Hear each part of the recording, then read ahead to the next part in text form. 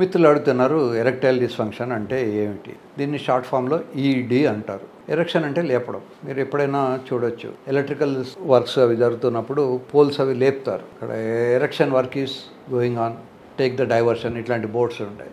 దీన్ని తెలుగులో అంగ స్తంభన సమస్య అంటారు. మీరు గుళ్ళల్లో వెళ్ళినప్పుడు చూడొచ్చు, స్తంభాలు ఉంటాయి. స్తంభం అంటే నిలువుగా ఇలా ఎత్తుగా పొడవుగా ఉంటే దాన్ని స్తంభం అంటారు. అంగం అంటే తెలుసు మీకు, మగవాళ్ళ జననేంద్రియాలు. ఈ అంగం స్తంభంలాగా గట్టిగా హార్డ్గా ఉంటే తప్ప అది లోపలికి ఎంటర్ కాదు.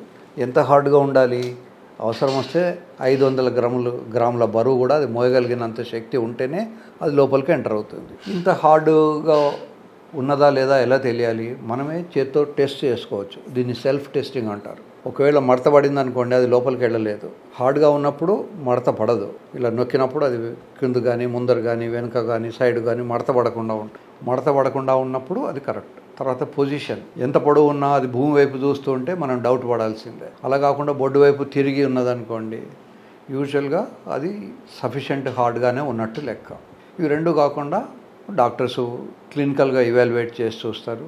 అవసరం అనుకుంటే డాప్లర్ స్టడీ అనేది చేసి సఫిషియెంట్గా రక్తం వస్తుందా, రక్తం రావట్లేదు.